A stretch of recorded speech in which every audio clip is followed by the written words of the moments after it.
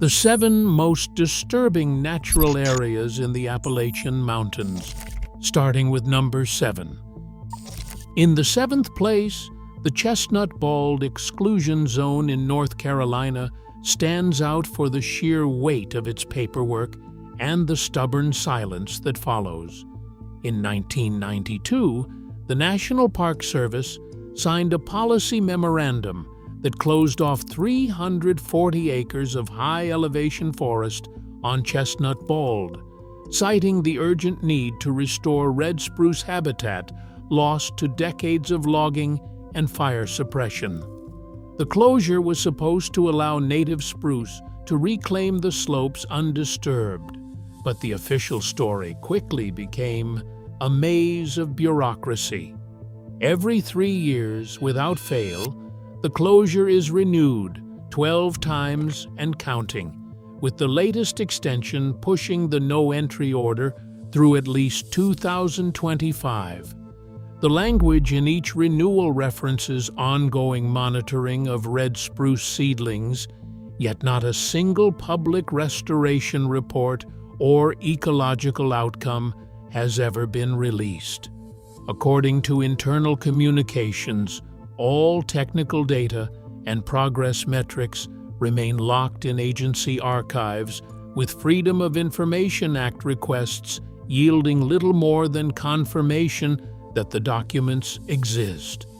As Dr. Emily Malloy, a leading red spruce ecologist, has noted in public remarks about similar sites, long-term restoration projects demand transparency, or the science becomes as elusive as the species we're trying to save.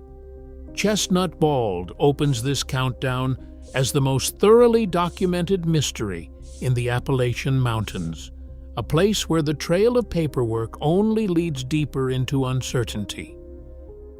In the 6th place, Spence Field in Tennessee casts a long shadow over Appalachian hiking lore. On June 14, 1969, 6-year-old Dennis Martin vanished while playing near his family's campsite, setting off one of the largest search operations in National Park Service history. Over the next 10 days, nearly 2,000 searchers, rangers, National Guard, Special Forces, and local volunteers combed the high meadows and tangled ridgelines, logging more than 1,400 hours in a desperate attempt to find a trace. Helicopters swept the valleys, search dogs arrived after a drenching rain, and every possible trail was gridded, yet not a single piece of definitive evidence surfaced. The official case file, released after a Freedom of Information Act request, still lists Dennis Martin as unresolved. Congressional hearings in 1971 pressed for answers, but the only certainty was the scale of the effort and the depth of the loss. Between 1969 and 1983, 4 more disappearances were logged in the Spence Field corridor, each marked by sudden storms, dense rhododendron, and a silence that searchers could never break.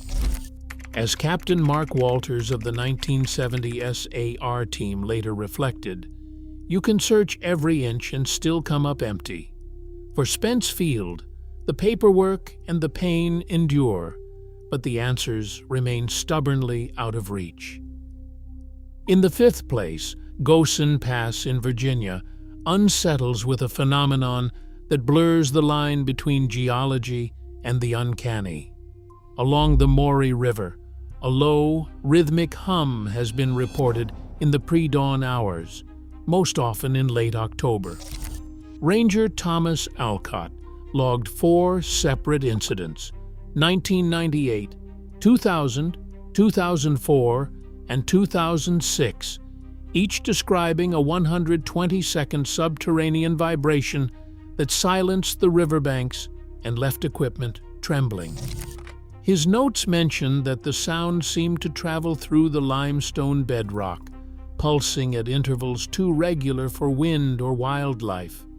The official incident reports, archived by the Virginia Department of Conservation and recreation list each event as unexplained natural occurrence. Scientific attention followed. A USGS research team, led by Dr. Carlos Mendoza, deployed sensors along the riverbed and detected a persistent 12 Hz signal, a frequency known to travel for kilometers through karst conduits. Mendoza's analysis ruled out mining, seismic activity, and traffic, yet the source remains unidentified. The hum's recurrence, its precise timing, and the lack of a clear culprit have turned Goshen Pass into a case study in unresolved natural mystery, a place where the Appalachian landscape seems to produce a voice of its own, echoing far beneath the surface. In the fourth place, Rowan Mountain straddles the Tennessee to North Carolina line with a botanical puzzle that resists easy explanation. In 2009, a USDA Forest Service team set up a series of 25 by 25 meter survey plots across the high balds, using a systematic grid and Landsat 8 NDVI satellite imagery to map vegetation cover. What they found startled even seasoned ecologists: a perfectly straight, 31-meter-wide boundary, where 16 common understory species, ranging from trillium to mountain laurel, abruptly vanished. The canopy, soil pH, and moisture levels remained steady on both sides of the line, with soil acidity clocking in at 4.8 plus or minus 0.1. Yet the plant community changed as if a switch had been flipped. Dr. Hannah Lee's 2011 ecology paper described the phenomenon as a vegetation cliff, noting that no fault line, drainage divide, or microclimate shift could account for the loss. GIS overlays confirmed the boundary's precision, but the causal mechanism remains unproven. Unlike sites where the mystery is buried in sound or missing persons, Rowan Mountain's enigma is visible, measurable, and for now unsolved, a data-rich anomaly that leaves even the experts searching for answers. In the third place, War Woman Dell in Georgia draws a line between the official record and the shadows left behind. On September 3, 1934, a civilian Conservation Corps crew from Camp 2119 set out to clear a new trail through the dense hardwoods. By sundown, two names, Roy Nathan Sims and James Ellis Parker, were missing from the roster. The camp's personnel list, preserved in the National Archives, confirms their presence that morning, but what happened next is recorded only in fragments. Early in 1935, a handwritten note surfaced in a CCC foreman's diary. The creek stopped moving for about 2 minutes before the men disappeared. No one could explain the sudden stillness, and the original diary now sits in the Georgia Historical Society, uncatalogued and undigitized. The Atlanta Journal ran a brief on October 12, 1935, mentioning the missing laborers, but the article offered no details, just a 2-sentence acknowledgement that 2 men were lost. As the months passed, the paper trail thinned. The National Archives CCC Incident Index lists file not created for the War Woman Dell case, and no investigative report was ever opened. Family letters recall rumors of a vanished file and whispered warnings about the creek's silence.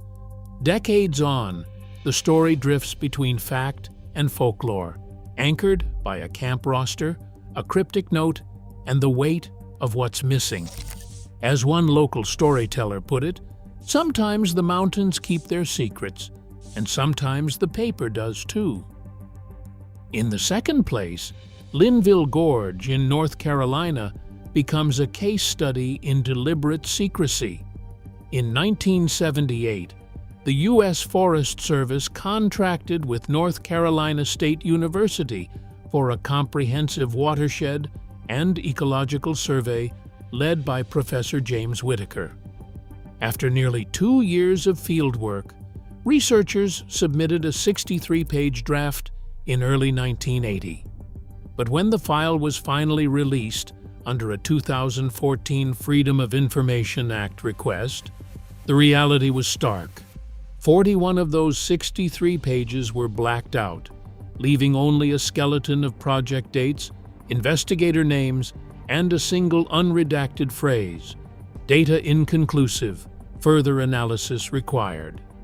The redacted pages, marked simply as privileged information, fueled decades of speculation about what was found and why the study was halted without publication. Professor Whitaker, in a brief correspondence from 1982, wrote, "We were told to suspend work and submit all notes. I never saw the final report." The remaining visible sections offer no insight into species, minerals, or conflicts that might justify such sweeping suppression. With more than 2/3 of the file censored and no follow-up studies ever released, Linville Gorge stands as the most aggressively redacted natural area in the southern Appalachians, a place where the mystery is not just what happened, but why so much was intentionally erased. And finally, in first place, the unnamed hollow on the southern Appalachian Ridge stands as the purest void in the region's official record. In 1954, the University of Tennessee's topographic map series, TN-0342, quietly listed an unnamed settlement deep in a remote hollow. But the companion sheet, catalogued as TN-0342H, was never filed, never archived, and has never surfaced in any public or federal map collection. The only trace is a finding aid that still lists the missing sheet, a catalog entry without a physical map to match.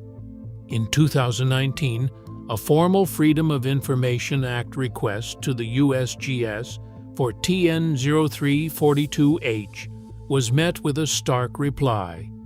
No such record exists in the National Geospatial Program. No holdings, no microfilm, no digital scan. The denial leaves behind not just an empty folder, but a hole in the historical landscape, a place that on paper has never existed. Satellite imagery of the area reveals a shallow depression, no name, no label, no roads, just a shadow on the ridge. With every attempt to document the hollow ending in silence, the story slips fully into oral tradition. Martha Green, who lived 3 miles from the site in the 1940s, remembered only that the wind never stopped there, not even in August.